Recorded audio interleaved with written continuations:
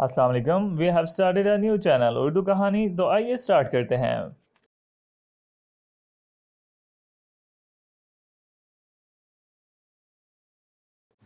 بیٹی کا ہونا ضروری ہے. چند دن پہلے 1 سالہ نواسے کا فون آیا. ابو کہنے کی کوشش میں ابو ابو کہہ رہا تھا. اس کے بلانے پر اگلی صبح میں بیٹیوں کے گاؤں میں تھا. گراج میں گاڑی لگائی. دونوں بیٹیاں ایک ہی گھر میں بھی آئی ہیں. چھوٹی بیٹی بیمار تھی، وہ آ کر ملی اور واپس کمرے میں جا کر لیٹ گئی. بڑی والی نے میرا کنٹرول سنبھال لیا. میری چارپائی پر تکیے رکھ کر صاحبزادی نے ٹیبل کھینچ کر ساتھ لگا دیا. گاڑی سے گلاس اور پانی نکال کر میز پر رکھا. نمک سے گلاس دھویا اور بھر کر میرے ہاتھ میں دیا. موبائل، ٹیب، چارجر، سگریٹ، اینک گاڑی سے نکالے.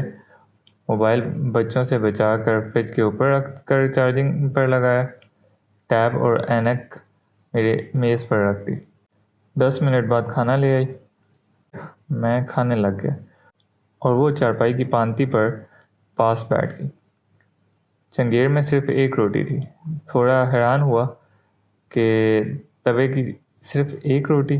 4 گھنٹے گاڑی چلا کر گیا تھا تو بھوک خوب چمک رہی تھی، لیکن دوسری روٹی مانگنا بھی مشکل تھا.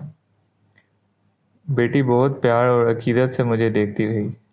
ابھی پہلی روٹی کا آخری لقمہ ہاتھ میں تھا تو وہ فوراً ہی دوسری گرما گرم روٹی پکا کر لے آئی. میں نے کہا، بیٹی پہلے ہی 2 روٹیاں لے آتی. وہ بولی، ابو جی، آپ کے کھاتے کھاتے دوسری روٹی ٹھنڈی ہو جانی تھی تو اس لیے پہلے نہیں لائی. رات کے 11 بجے ہم لوگ سو گئے. میں ٹی وی لاؤنج میں اور بیٹیاں اپنے اپنے کمرے میں تھی. اس دن خوب بارش اور ژالہ باری ہو رہی تھی. سردی لگنے لگ گئی. دیکھا تو اوپر کرنے کے لیے کھیس نہ تھا. سوچا بیٹی کو اٹھا کر کھیس کا کہوں، لیکن دل نہ مانا کہ سارا دن کام کر کر کے میری پیاری بیٹی تھکی ہوگی. اب آدھی رات کو وہ کھیس کہاں سے ڈھونڈتی پھرے گی. گھٹنے سینے سے لگا کر ٹھٹھرتا ہوا سو گیا. پچھلی رات تھوڑی آہٹ محسوس ہونے پر آنکھ کھلی. دیکھا تو کھیس ہاتھ میں لیے بیٹی پاس کھڑی مجھے دیکھ رہی تھی. میں آنکھ موندے اسینٹرا سا بن کر لیٹا رہا. اس نے مجھے سویا سمجھ کر بہت عقیدت کے ساتھ میرے دونوں پیر اٹھائے اور کھیس کا ایک سرا میرے پاؤں کے نیچے دبا دیا. ایک ہاتھ کے ساتھ ہولے سے میرا سر اوپر کر کے کھیس کا دوسرا سرا سر کے نیچے کیا. کمر کی طرف آ کر تیسرا سرا کمر کے نیچے کر دیا. پھر سامنے کی طرف آ کر انگلی کے ساتھ میرے ناک کے سامنے آیا کھیس ہٹایا تاکہ ابو کو سانس لینے میں مسئلہ نہ ہو. ادھر سے فارغ ہو کر بیٹی نے پانی کا گلاس چیک کیا تو وہ خالی تھا.